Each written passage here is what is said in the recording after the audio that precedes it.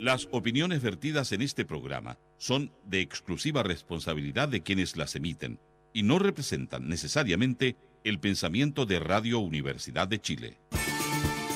Fundación Progresa presenta en Radio Universidad de Chile Cambio de Switch, el espacio progresista de reflexión y diálogo con la conducción de Marco Enríquez Ominami. Cambio de Switch, el programa radial menos neutral de Chile. Buenas noches, habla Marco Enríquez Ominami en la gran radio, la Radio Universidad de Chile, la radio que piensa, en el programa Cambio de Switch. Bienvenidas y bienvenidos a todos. Recuerden que el Twitter para escribirnos es @Cambio de Switch y los teléfonos a los que nos van a poder llamar en algunos minutos es el 29 77 15 79 o el 29 77 15 80.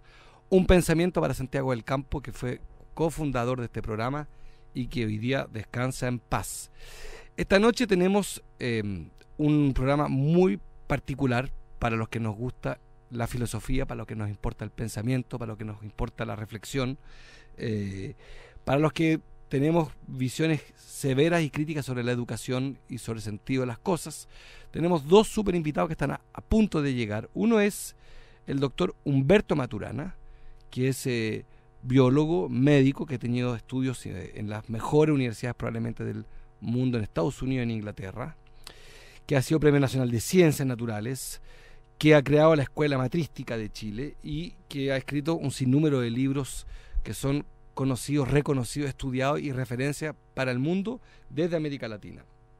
A su vez, también va a llegar en pocos minutos más también Jimena Dávila, que es experta en orientación en relaciones humanas, biología del cáncer y biología del conocer, biología del conocer y del amar, y que también lidera el Instituto Matrística. Aquí viene llegando Jimena Dávila, quien acabo de introducir, y el doctor Humberto Maturana. Estamos al aire. Bienvenido. Aquí lo saludo así. Asiento, por favor. Es bienvenido aquí. Los acabo de introducir. Los acabo de presentar. Llegamos a tiempo. Entonces. Perfecto, tan perfecto. La puntualidad perfecta. Antes de los 5 minutos. Estamos en Radio Universidad de Chile. Recuerda de acá entrar Jimena Dávila y Humberto Maturana a este programa Cambio de Switch. Tenemos una hora libre, con apenas 60 segundos de interrupción en algún minuto. Así que este es un programa opuesto, y lo digo en la mejor onda, a Twitter, a la réplica corte, un programa de reflexión y razonamiento para un poco aprender de ustedes. Así que bienvenido. Qué cosa más buena. Bienvenido, doctor. Gracias. Y bienvenido, Jimena. Gracias. Los presenté, ya leí Jimena Dávila, ya leí sus quehaceres, sus reflexiones. Déjenme provocar la conversación, si les parece, muy brevemente. Yo soy licenciado en filosofía y me especialicé en Hegel. Wow. Pero después en la vida me dediqué al audiovisual y a la política. Y Jimena y Humberto, a mí me pasa que creo que el drama nuestro, y voy a decir una obviedad, es la educación. Pero más preocupante, y uno podría hacer foco en una cosa que me parece que es muy simbólica, es la manera en que medimos el conocimiento, que son las pruebas psicométricas estándar de opción múltiple, famoso CIMSE-PSU, que a mi juicio no deja pensar, mecaniza el conocimiento, pero tiene algo más grave, el CIMSE, con este sistema de A, B, C, D, E, todas las anteriores, ninguna anteriores. Es como que frente a los problemas existiera una sola respuesta. O sea, a los jóvenes se les dice, achúntele, apúntele y diga si es A, B, C o este famoso sistema, todas las anteriores. Como si frente a los problemas existiera una respuesta. Comparten ustedes, esta es una puerta de entrada, que estamos en un sistema educativo que olvida el sentido de las cosas, que olvida la idea de tener herramientas para vivir autónomamente en la sociedad. Jimena Dávila. Yo creo que la pregunta, y buenas tardes y gracias por tener una hora de conversación. De reflexión. Y de reflexión. Como dice Humberto, la gracia de la conversación es que tenga tiempo. La pregunta que yo haría, y aquí retruco a Humberto, son dos. Una, ¿qué entendemos por educación? Básico, es entregar conocimiento. ¿Qué es lo que es educación? Y la otra, ¿qué es el conocer entonces? Porque eso me parece que son preguntas que ya estuvieran superadas. Educación es transformación en la convivencia. O sea, nos estamos educando desde el útero hasta que nos morimos, porque nos estamos transformando en la convivencia con el mundo adulto con que vivimos, en la comunidad en la que vivimos, nos estamos transformando, estamos tomando decisiones, estamos decidiendo el mundo. Pero hay otra cosa que tiene que ver con el trabajo de Humberto y que tiene que ver con la percepción como fenómeno biológico y tiene que ver con esta pregunta que también parece que todos la tuviéramos ya resuelta, que es ¿qué es el conocer? Y en tanto entendemos qué es el conocer, vamos a poder abstraer de ahí qué es la evaluación, qué evalúa uno cuando evalúa. Doctor. Ya también estoy encantado con entender esta hora de conversación. La mejor forma de darse cuenta o de entender la naturaleza del fenómeno del conocer es escuchar a la respuesta que uno quiere escuchar cuando pregunta ¿y tú sabes? ¿Y qué espera uno? Siempre espera la descripción de un hacer.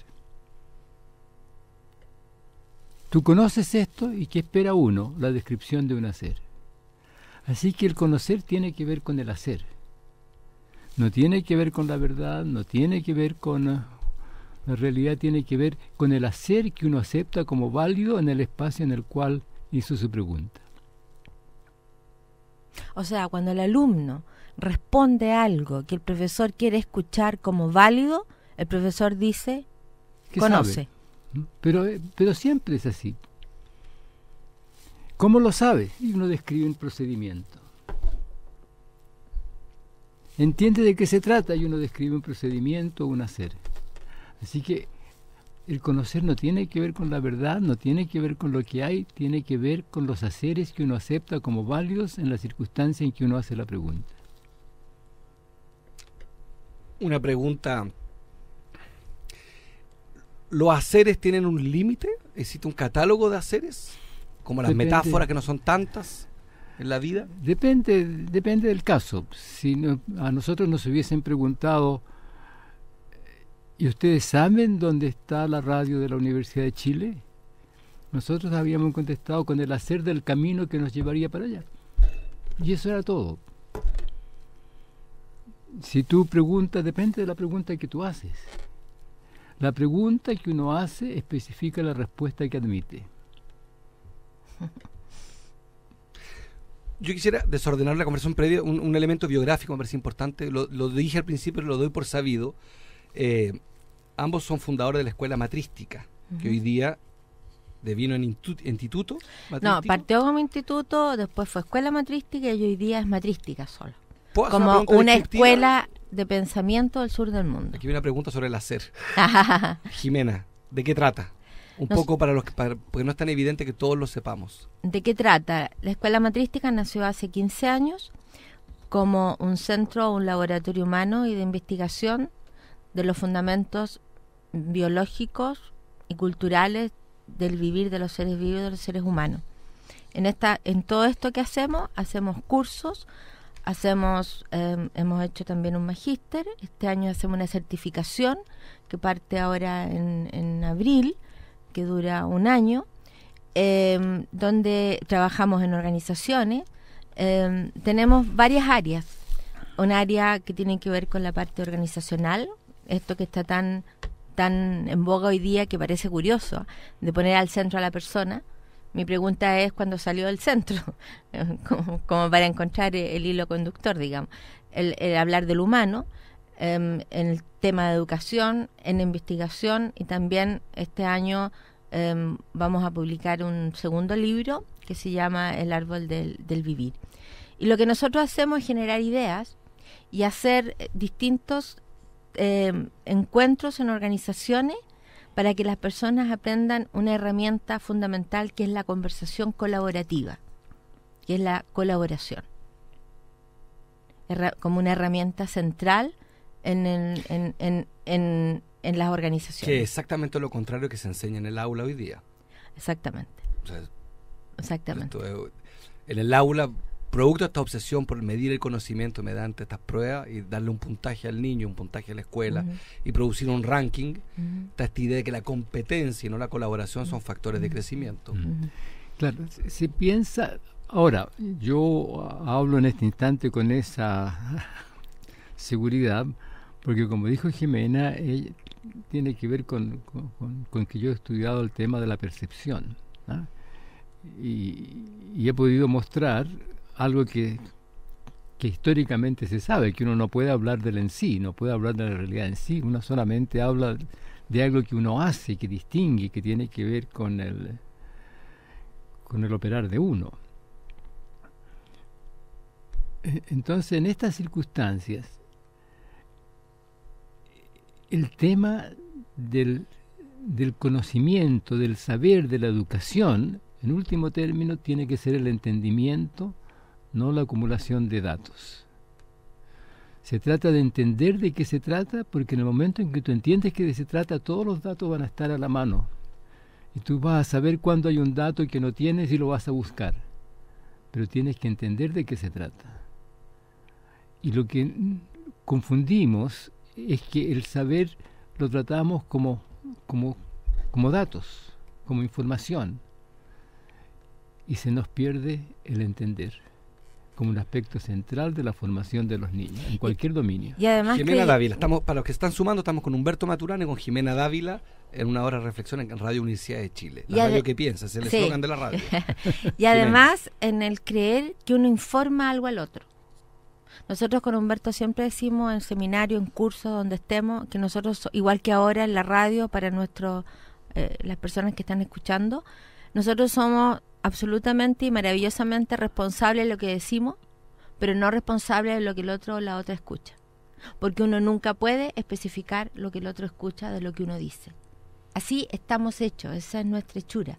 Por lo tanto, si en una sala de clases se para un profesor a entregar conocimiento y después va a evaluar si el chico sabe o no sabe, ¿dónde está ese trecho para entender qué escuchó de lo que el profesor dijo? Y ese acto solo se da en la conversación. El que escuchó, el que entendió, porque el que repite lo que el profesor dice tiene una buena nota. Porque repite de memoria. Exacto. Pero el tema es que entendió. Por eso por eso cuando tú me preguntabas en matrística, nuestro tema central es el entendimiento de la clase de seres que somos como seres vivos y seres humanos. Entendemos cómo funciona un computador, entendemos cómo funcionan muchas cosas, pero cómo operamos nosotros como seres vivos y como seres humanos, tenemos poquito conocimiento, digamos. Tú sabes, yo troto frecuentemente y me aburro mucho, entonces escucho podcast de filosofía. Y un día me tocó, hace poco, escuché la prueba de aptitud que le hicieron en Francia a los estudiantes de filosofía, la pregunta que tenían que responder. Y era muy provocadora respecto a lo que nos toca en Chile. Y la pregunta que le hacían a los estudiantes franceses para pasar a la universidad era, a partir de la teoría de Aristóteles de las manos, decía, ¿somos inteligentes porque tenemos manos o las manos han de ser inteligentes al hombre? Vaya la diferencia como interpelación al estudiante que tenía que pensar. Exactamente. Humberto Maturana. Ese tipo de prueba. ¿Por qué en América Latina?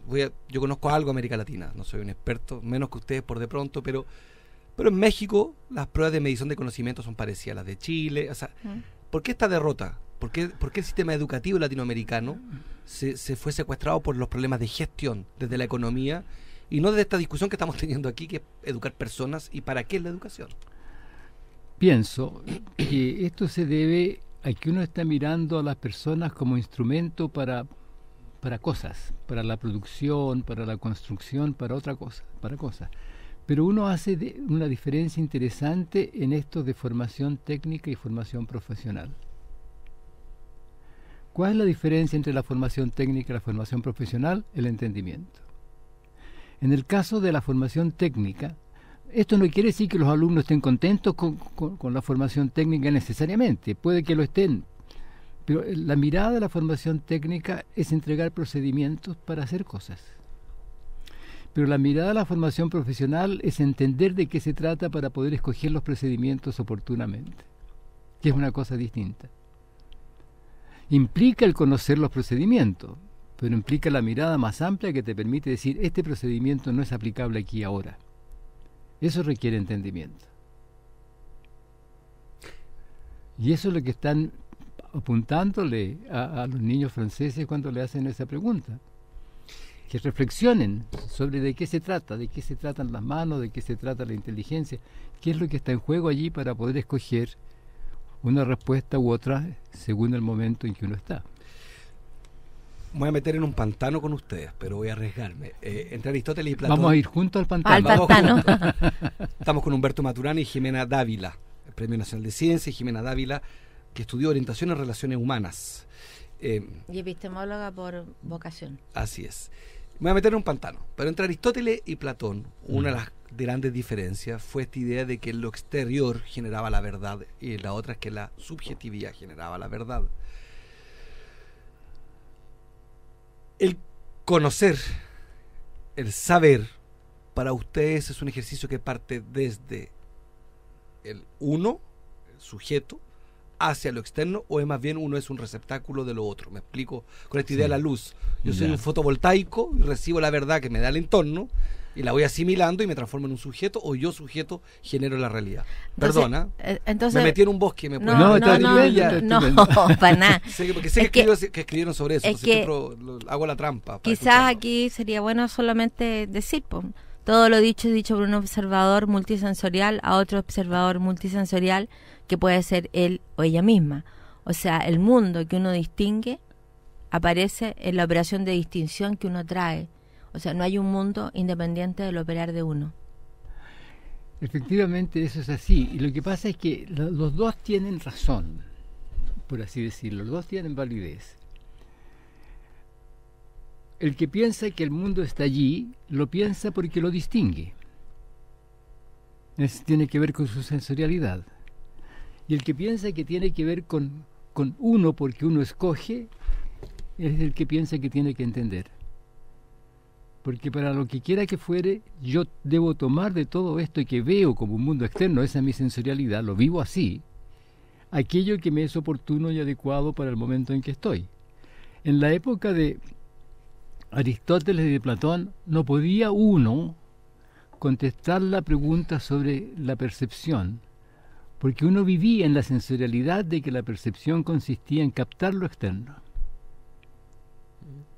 Pero ahora sabemos que no es una captación de lo externo, no es que es un operar que uno hace que le trae una experiencia a su vivir y uno opera con la experiencia y construye lo que ella construye desde las coherencias de la experiencia que uno genera en su vivir. Pero tienes que pensarlo y reflexionar y eso viene en ti. O sea, las dos cosas son válidas. No es el que no podamos hablar de un en sí. No quiere decir que las cosas que distinguimos sean de cualquier manera. Tienen que ver con las coherencias, las realizaciones de lo que hacemos en nuestro vivir. Y el pensarlo va a ser siempre un operar con nuestra sensorialidad en la reflexión sobre qué tipo de acciones son adecuadas a lo que yo estoy entendiendo que está ocurriendo según la experiencia que estoy teniendo. Sin embargo, esa reflexión no la llevamos a la vida cotidiana, porque yo te digo, por ejemplo, a ver, Enrique, Humberto, sean objetivos. O sea, estoy diciendo piensen como yo pienso, porque yo tengo la verdad, yo tengo la razón. Entonces, en la vida cotidiana, y lo vemos en ustedes, en la política, se ve tanto, o sea, siempre luchando por verdades. Yo tengo la mía, y no hay este espacio de entender, de encontrarnos en la conversación de que hay tantos mundos como personas. Así es, porque esto de hacerse cargo de que no podemos hablar de un en sí, ha sido un problema en la historia de la filosofía. Pero ahora nos podemos hacer cargo de que es efectivo, de que no tenemos cómo hablar del en sí por la naturaleza de nuestro operar como seres vivos, por la clase de seres que somos. No una limitación, no es que estemos limitados, ¿no? Es que no podamos captar lo que hay. Es que todo lo que podemos hacer es siempre un operar con las coherencias de nuestra sensorialidad. Voy a extremar el argumento y lo voy a llevar a un terreno sobre la libertad y la voluntad. Por tanto, la libertad tiene un límite, se vuelve solo formal. O sea, la libertad como una cosa así absoluta de acceso a cualquier cosa no pasa nunca. Exacto. No, claro. Pero la sensación de libertad ocurre cuando uno escoge lo que hace. Entonces no importa eso, porque en el fondo siempre vas a encontrarte con lo que uno hace algo. tiene que ver con los haceres. Lo iba a decir. Y tú te sientes libre en el momento en que tú escoges lo que haces según lo que a ti te parece oportuno. O sea, la libertad pasa a ser una experiencia. Uno elige el querer que uno quiere. Uno elige el querer que uno quiere. Y se pregunta si uno quiere el querer que quiere. ¿Tú te has preguntado alguna vez si quieres lo que dices que quieres? Sí, sin parar. ¿Ves tú? Y esa es tu experiencia. Sí, se lo pregunta todos los días, todos los días cambia. Y cuando tú escoges, estás teniendo la experiencia de libertad. Imagínate cuando uno ha encarnado este sueño que es bien tenso, que es esta idea de que uno quiere conducir junto a un colectivo, los procesos, los haceres de un país. Es una pregunta que uno se hace todo el día, es una pregunta diaria, que a mí no me atormenta nada y que me da la sensación de libertad. No te atormenta nada, pero hay momentos que son complicados. Y es muy, ahí muy cuando bueno. uno se pregunta, ¿sigo? ¿Quiero este querer? Sí. Y si Me tú, lo he planteado. Claro, y si tú lo eliges, es porque eres libre haciéndolo. O sea, la libertad es una experiencia. Yo cuando me titulé una coquetería, estaba un profesor que ustedes deben conocer, Fernando Valenzuela, que era abogado, medio conservador de la Universidad de Chile, y doy mi examen oral, porque había dado el examen escrito, y me toca el oral de filosofía y me dicen, la última pregunta, y dependía de mi titulación, una pregunta que era demoledora para mí es, la pregunta fue una sola, y el profesor me dice, si usted me da la respuesta con un sí o con un no, se titula. Me preguntó, ¿la libertad es solo formal? ¿Es cómo? Es solo formal. Ya. A lo cual respondí sí. Me titulé con un 7. Precisamente tiene que ver con lo que estamos conversando. Al oral, no al escrito por si acaso. Me Claro. titulé en el oral. Pero es interesante eso, porque en el fondo lo que uno quiere es generar espacios de colaboración para hacer mundos en común con otros. Eso es lo que uno quiere, porque aquí vamos a entrar en otro tema, porque somos seres amorosos y lo colaborativo es parte de nuestra existencia. Eso es lo que uno quiere, pero la cultura no quiere eso. O sea, la cultura que vivimos, yo digo, la cultura es como el agua es al pez. El pez nada en el agua y no tiene conciencia de agua. Nosotros vivimos en esta cultura y no tenemos conciencia de la cultura que generamos con nuestro vivir de manera consciente o inconsciente, a no ser que conmovidos por el dolor nos preguntemos. Pero no hay una tensión entre la educación. La educación es una parte de la vida, Sí. y la cultura es toda la vida. No hay una tensión, justamente estoy tratando de pensar en tu esquema, entre la cultura y la educación. Vale decir, las AFP, las ISAPRES nos educan de una manera. Esta idea de... nos educan, y es un problema, es un choque entre la cultura y la educación. Claro, lo que pasa es que se cree que la educación se da en el Si somos colegio. colaborativos, si somos de modo espontáneo, somos colaborativos, pero todo el sistema educativo te enseña la competencia, es una neurosis, no sé si es el término correcto, es una tensión dramática durante toda tu vida. Porque la educación está centrada hoy día en la competencia. Exacto. Precisamente. ¿O? Claro. Nosotros queremos cambiarle el nombre a la oposición. Es Llamarla... elegido un gobernante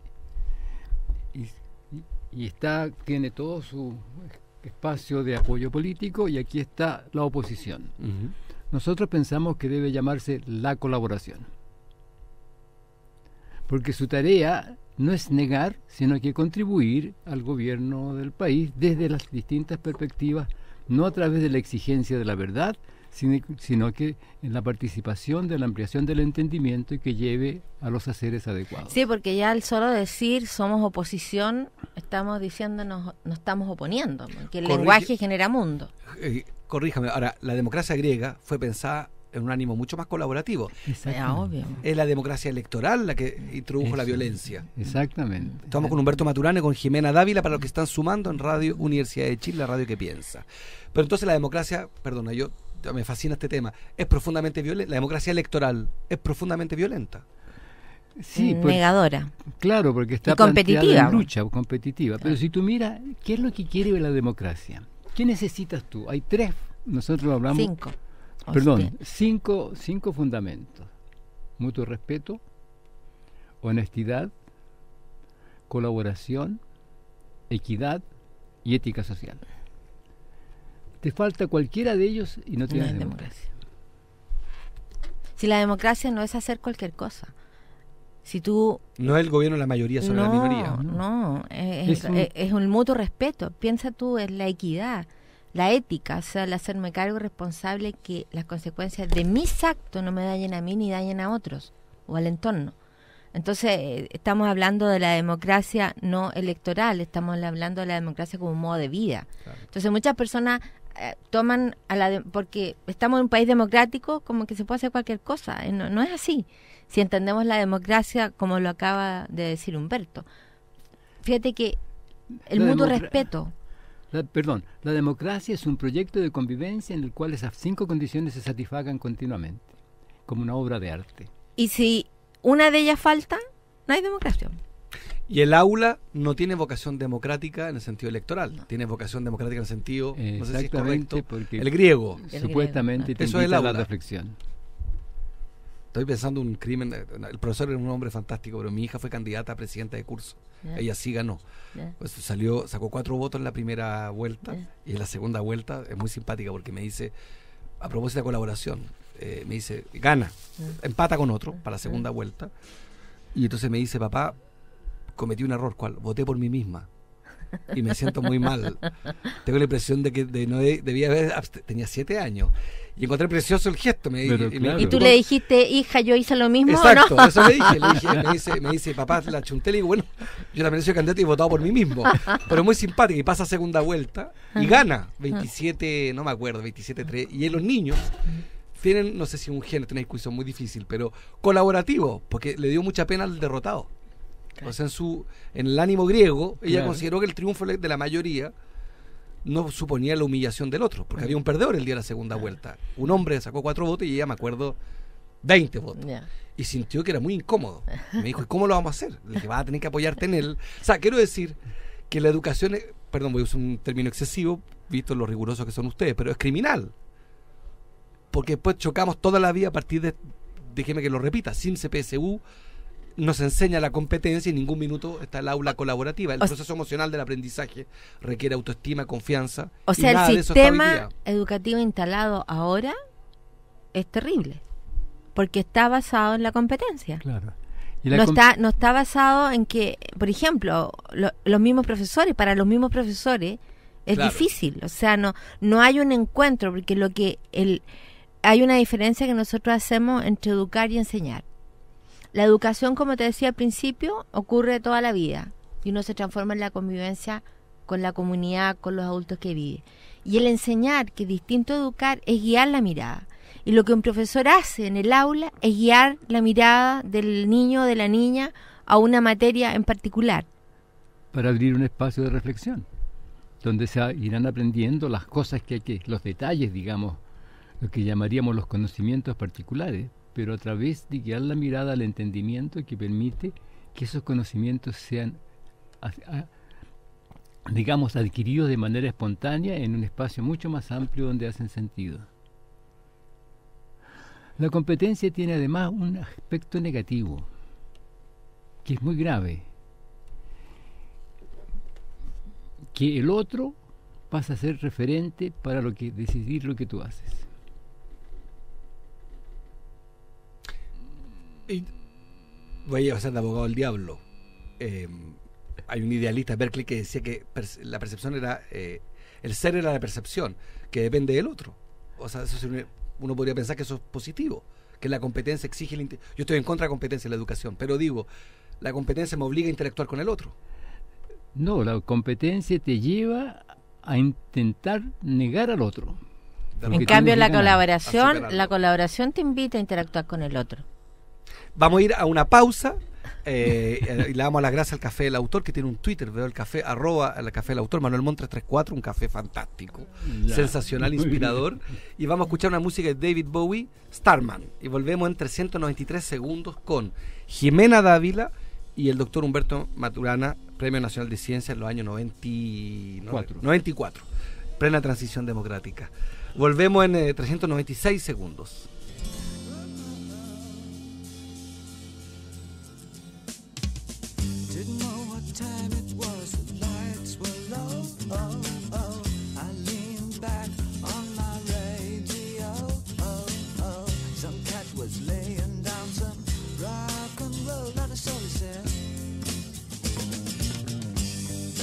Loud sound that seemed to fade came back like a slow voice on a wave of fate.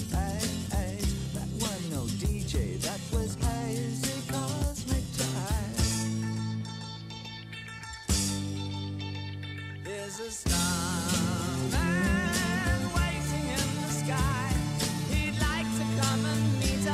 but he thinks he'd blow our minds. There's a starman waiting in the sky. He's told us not to blow it, 'cause he knows it's all worthwhile. He told me, let the children lose it, let the children use it, let all the children boogie.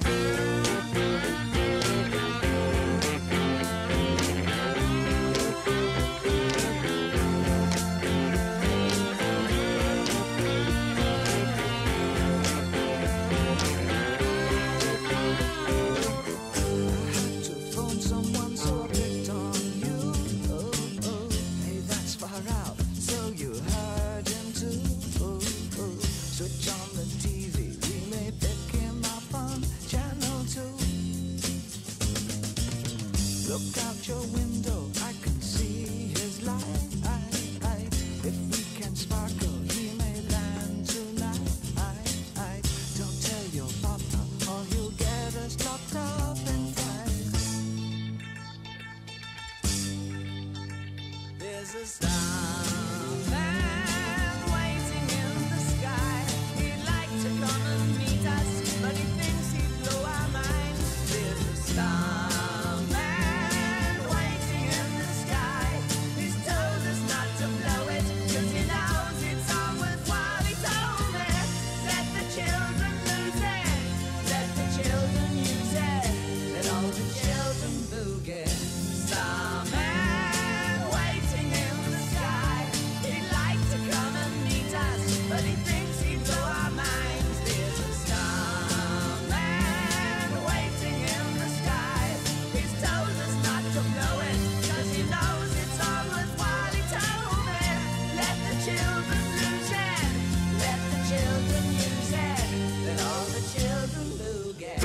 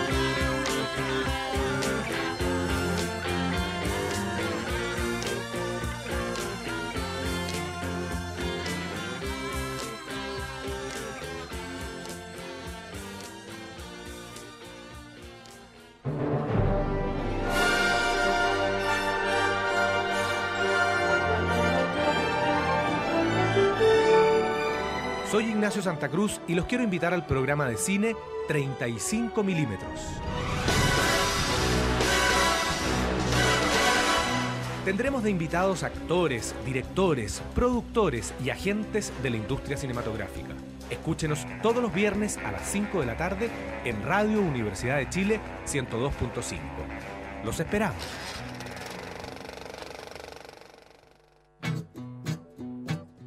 Hola, soy Vivian Lavín de Vuelan las Plumas y quiero contarles que nuestro viaje por el mundo de la cultura lo haremos en adelante cada jueves a las 20 horas a través de Radio Universidad de Chile y a través de toda la red de radios asociadas. Fascinantes conversaciones con destacados escritores, intelectuales y artistas de Chile y el continente. No lo olviden, los espero este jueves a las 20 horas en Radio Universidad de Chile. Diario.uchile.cl, el diario en internet en donde encontrarás lo que no se dice en otras partes.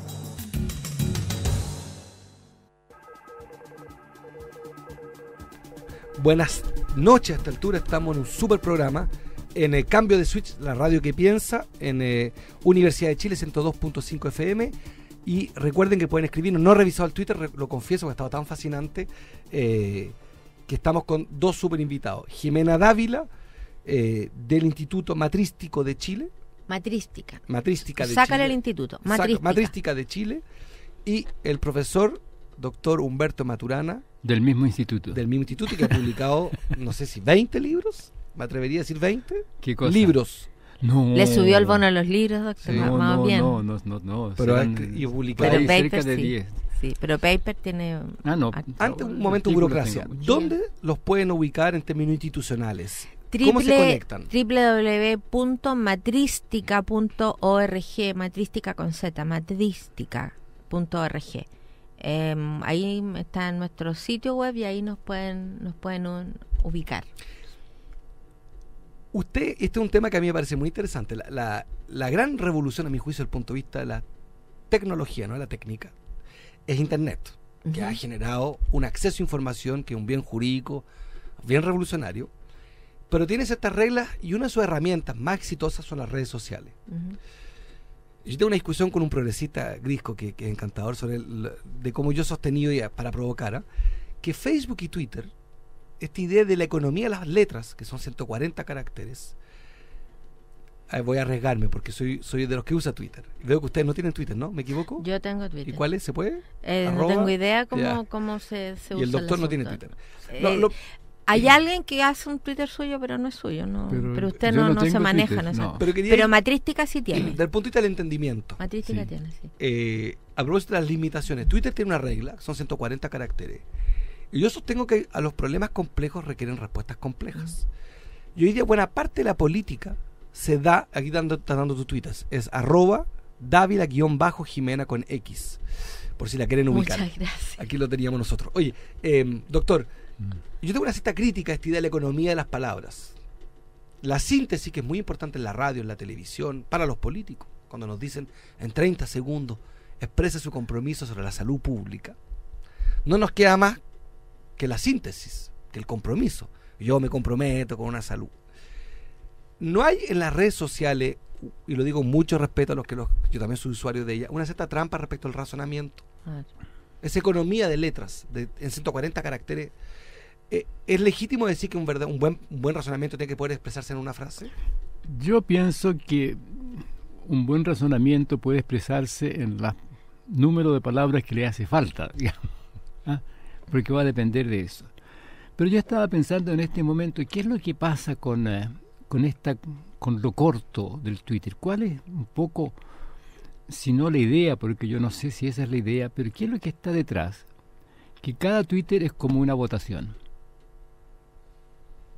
Estamos en el juego de votar. Yo voto, pero mi votación no es Vinculante. Claro, sino que mi voto es y aparece en lo que escribe o lo que esa persona dice en las 150 palabras. Voto que lo que está ocurriendo es interesante. Y eso lo expreso en un comentario valorativo positivo.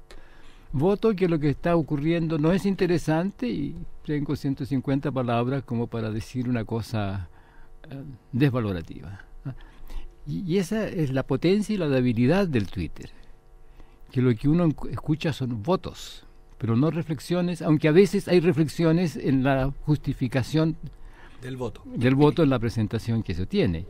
Así que tiene ese doble carácter para mí, y eso es que yo no hago Twitter, no participo en eso, pero al darme cuenta de lo que ocurre con él, encuentro que es delicado e interesante. Delicado porque es una votación, e interesante porque se justifica la votación con una cierta reflexión, la mínima posible para que quepan 150 palabras.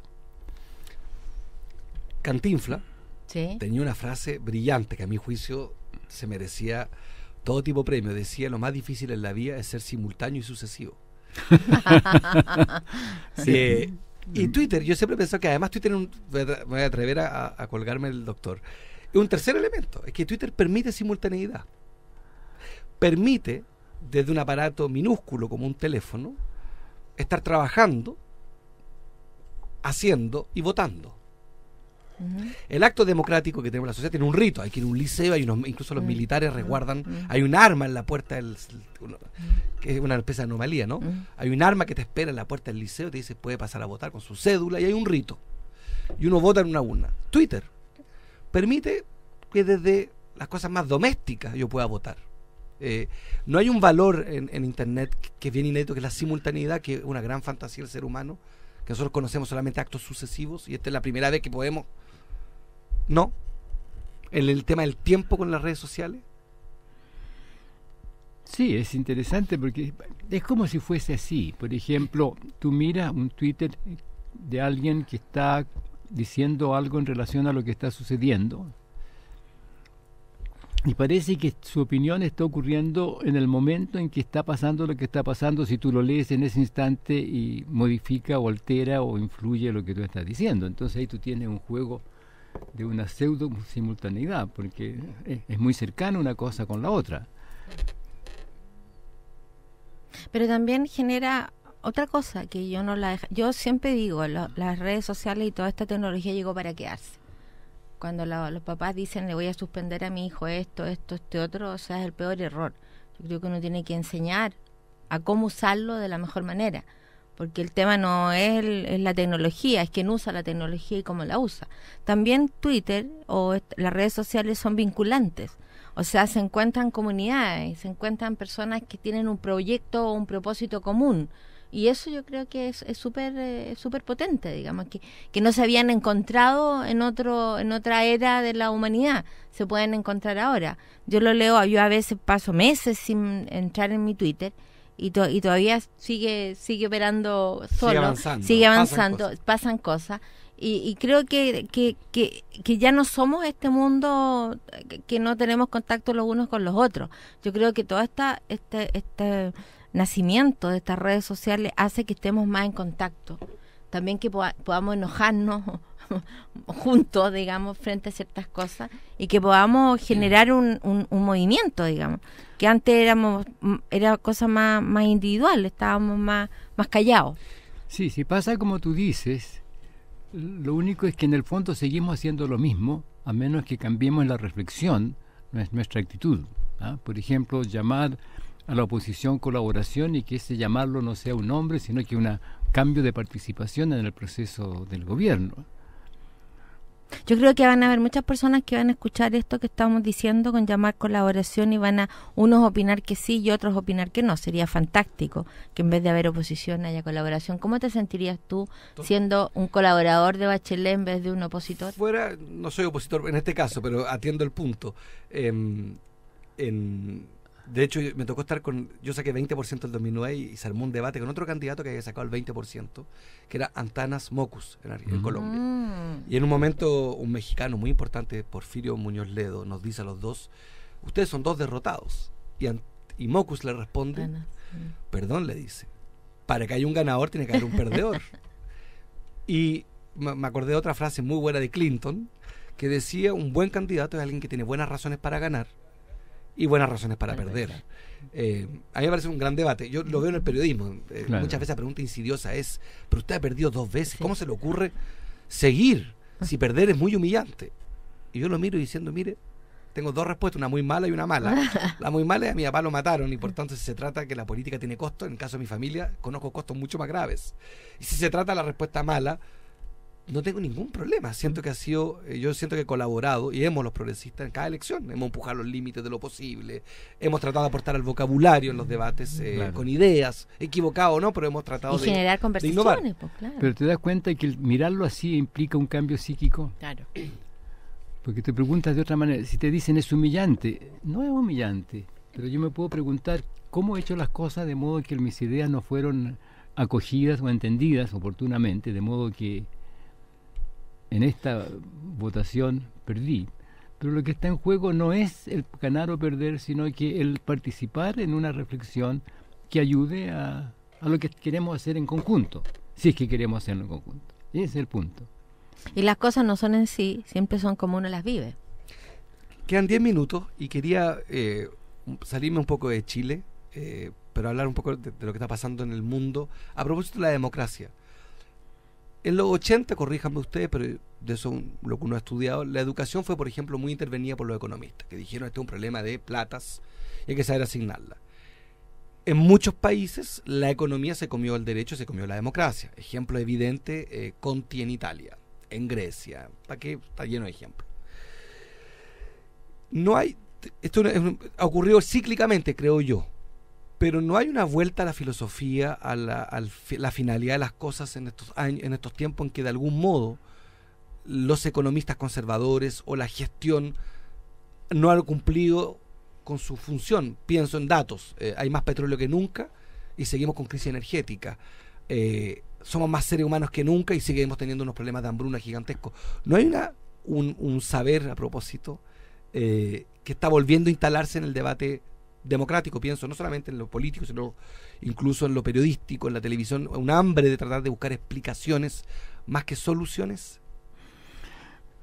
Pienso en este momento que lo que ocurre es que esto de tener un proyecto común no ocurre en estos momentos. No tenemos un proyecto común. Porque cuando uno habla de la economía y uno dice este es un tema de la economía, un tema económico, ¿en qué está pensando? ¿Está pensando en el uso de la riqueza o en la apropiación de la riqueza? Ahí está la gran diferencia. ¿Cómo la uso o me la apropio? ¿No? Entonces, lo interesante de la democracia es que de hecho la democracia es un proyecto común para vivir de esta manera con las 5 nociones que indicamos hace un momento con Jimena. Un proyecto de vivir de tal manera que estemos continuamente generando espacios de mutuo respeto, de honestidad, de colaboración, de equidad y de ética social. Entonces habrá toda clase de variaciones como una ameba, pero se va a conservar el que estaríamos en nuestro propósito fundamental, intentando continuamente generar en la convivencia ese modo de convivir. Y eso te va a ordenar todo, te va a ordenar la economía, te va a ordenar la política, te va a ordenar todo. Siempre que queramos convivir juntos. Ese es el punto. Porque esa es una pregunta parece tan así, al aire, pero es un tremendo tema. Visto desde de uno de los límites del mundo que somos nosotros, voy a ser el abogado del diablo. Cuando uno ve lo que está pasando en el Medio Oriente o en Europa, en que el vivir juntos claramente está roto el pacto, Sí. por razones religiosas. Uno se olvida, pero ya banalizamos los datos. 120 muertos en Yemen, ya no me acuerdo. Son de decenas de muertos en Túnez, en un hotel mataron no sé cuánto. O sea, visto desde Chile, yo soy muy crítico, y sospecho que en eso estamos en bandos parecidos. Pero Jimena, si uno más autocomplaciente podrá decir, bueno, los chilenos tenemos mejor densidad para acceder a ese pacto que otros países en que claramente el mundo musulmán, no todo, pero la discusión del Islam con los estados laicos. Aquí al menos, convengamos, podemos ser más autocomplacientes, quiero decir, Chile está en buenas condiciones o estamos igual, con otras expresiones, con otra configuración, en la misma situación crítica, voy a inventar, que Europa. Yo creo que estamos en una situación súper crítica, que es la peor de todas, que es la pérdida de confianza. O sea, cuando tú pierdes la confianza en las personas que digamos, guían los destinos de las instituciones, no es un tema menor. O sea, hay una pérdida de confianza y los niños están aprendiendo de eso también. Porque si decimos que la educación es transformación en la convivencia, los niños están aprendiendo también ese modo de vida. Por eso yo te decía delante que yo, o sea, mis votos van para los jóvenes de hoy día, los menores de 35 años, que están queriendo un mundo distinto. Yo lo veo en lo que están haciendo, nosotros como escuela estamos trabajando también con Social Lab, que es un grupo de chiquillos que están haciendo un trabajo que es maravilloso. Con Ugarte, claro, sí, sí. Claro, que están haciendo un trabajo maravilloso, que es captar a pequeños emprendedores que llegan con propuestas, con una idea que ellos van a apoyar y que son ideas que van a solucionar el tema de la pobreza en alguno de sus aspectos. O sea, los jóvenes hoy día, como yo dije el otro día en una conferencia, no están en una organización para llevarse después de 40 años el reloj de oro. Ya no están ahí. Los jóvenes de hoy día, estoy hablando de jóvenes menores de 35 años, están para estar un tiempo, para aprender, para viajar, para estar más con sus hijos, porque no quieren volver a repetir lo que vieron de sus papás, que no les alcanzó el tiempo, que se sacaron la mugre para tener una casa o un estándar de vida y pasar un poco tiempo con ellos. Entonces yo creo que hay una juventud hoy día, y me refiero a esas personas que son profesionales, que tienen ganas y que quieren un mundo distinto. Si cuando hablamos de la cultura, hablamos de lo que hemos generado los seres humanos. Una cultura es una red cerrada de conversaciones que uno conserva, genera y realiza en el modo de vivirla. Entonces la misma cultura que nosotros decimos que no queremos, la estamos realizando todos los días. de manera consciente o inconsciente. Por lo tanto, cuando tú dices, en Chile somos tan poquito, digo yo, cuando yo me comparo con Brasil, hemos estado allá, digo, somos tan poquito, somos nada, ¿por qué no nos podemos poner de acuerdo? ¿Por qué no podemos generar espacios de conversación, espacios para un vivir, como dice usted, democrático, con esas 5, vamos a poner, principios básicos o nociones básicas? Fundamentales, sí. Lo que pasa es que la otra pregunta que hizo Jimena es, ¿queremos o no queremos vivir juntos? Si queremos vivir juntos, se nos abre la posibilidad de la democracia. Si no queremos vivir juntos, nos metemos en los caminos de la competencia, de la negación. Y ese es nuestro verdadero problema. Los musulmanes fundamentalistas y los otros no quieren vivir juntos. Los cristianos fundamentalistas y los otros no quieren vivir juntos. Pero si queremos convivir, entonces quiere decir que nos queremos escuchar. Y si nos queremos escuchar, quiere decir que nos respetamos. Y si nos respetamos, somos honestos. Y si somos honestos, se abre el espacio para la colaboración. Vamos a ser equitativos, digamos, va a haber equidad y vamos a ser socialmente éticos. Y hacer lo que es lo más difícil, que es poder encontrarnos en la diversidad. Ese es un tema tremendo, poder encontrarme en algo diverso. No tener que pensar todos iguales. Cuando uno los escucha, esto es una deducción, uno lee una especie como de añoranza de que todo tiempo pasado pudo haber sido mejor. No. ¿No es cierto? No. Bueno, por ejemplo, yo creo que los problemas que vivimos ahora con todos estos temas de fraudes económicos tienen que ver con nuestra historia. Son el presente de una historia que ya estaba, un modo de pensar y sentir que ya estaba en la colonia. Y es una gran oportunidad para reflexionar y decir, queremos cambiar. No queremos más eso, pero tenemos que querer no más eso, no quererlo más. ¿Por qué? Porque queremos convivir y colaborar. Pero y con una cultura, y con una cultura que tiene, voy a ocupar un término que le escuché a Mujica, que me gustó, a Tufillo, sí, a impunidad. Aquí como que se puede hacer cualquier cosa y nadie paga las consecuencias. Alguien roba, mata, entra, sale de la cárcel, como que aquí hay una suerte de impunidad que está muy muy metida en la psiquis, ¿no? Entonces, como que tiene que haber como un poco más de mano dura. O sea, no puede ser de que una persona tomen preso a chicos que robaron, que hicieron descalabro en una familia y el otro día estén en la calle. Ese sentimiento es un sentimiento muy doloroso para las personas que han vivido esa situación. Por lo tanto, no tiene que haber impunidad también. Claro, pero eso requiere un cambio psíquico. Y que la pregunta si queremos o no queremos convivir lo zanja. Nosotros venimos para acá porque tú nos invitas. Y nosotros queremos la conversación. Y en la medida que queremos la conversación, nos respetamos, nos escuchamos y pasa una cosa que resulta creativa porque queremos conservar esta situación en la cual estamos conviviendo en este momento particular, pero mucho más amplio por el país. Entonces, por eso es que esa pregunta, ¿queremos o no queremos vivir juntos?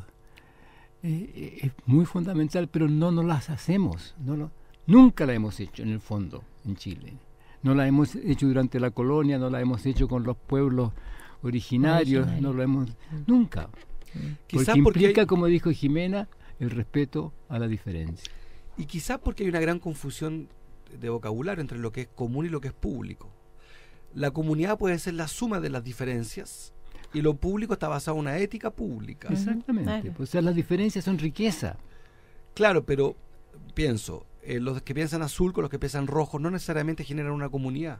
Si quieren vivir juntos. Exactamente. Sí. Pero ahí está el valor de lo público. Exacto. O sea, claro. Digo que es una mala opción. No, pero está bien. Si es más importante, yo voy a votar, voy a votar y me voy a equivocar, pero lo que yo creo es que lo público es un valor distinto a lo común. La comunidad entendida como la suma de los intereses privados no es una sociedad. Sí. Es un curanto, por decir algo, que puede tener un sabor bueno y malo. Lo público se basa en el deber ser. Hay deberes ser, que es vivir juntos, vivir mejor juntos. Y esa decisión está tomada, genera lo público. No sé si... Sí, pero no como un deber ser. Tiene que ser como un querer. Y como un proyecto común. Como un proyecto que aunque común. pensemos distinto, tenemos un proyecto común. ¿Comprende? Porque la diferencia es parte de la riqueza que amplía la reflexión. Exacto. Yo digo, creo que nos quedan 2 minutos, pero el valor de lo común y el valor de lo público, si no lo aclaramos, se produce una gran confusión. Claro. Yo estoy de acuerdo con lo que tú dices como lo público. Exacto. Pero para que exista lo público tenemos que querer vivir, no vivir pegoteados, sino que convivir en el espacio de generación de los mundos. Y además que vivimos. entendiendo algo, nosotros estamos viviendo un pedacito juntos de esta humanidad, y fíjate que entendiendo, yo pienso en mi nieta, en la Miquela, en Doménico, pienso en los niños, que el futuro de la humanidad no es de los niños, es de nosotros hoy día, de los adultos hoy día. ¿Qué estamos haciendo nosotros hoy día? Porque el mundo que estamos generando nosotros hoy día va a ser el mundo que ellos van a vivir. Claro. Exacto. Entonces, por lo tanto, somos tremendamente responsables. Y tú partiste con una pregunta que tiene que ver con llegamos a la época, estamos en la época de la reflexión.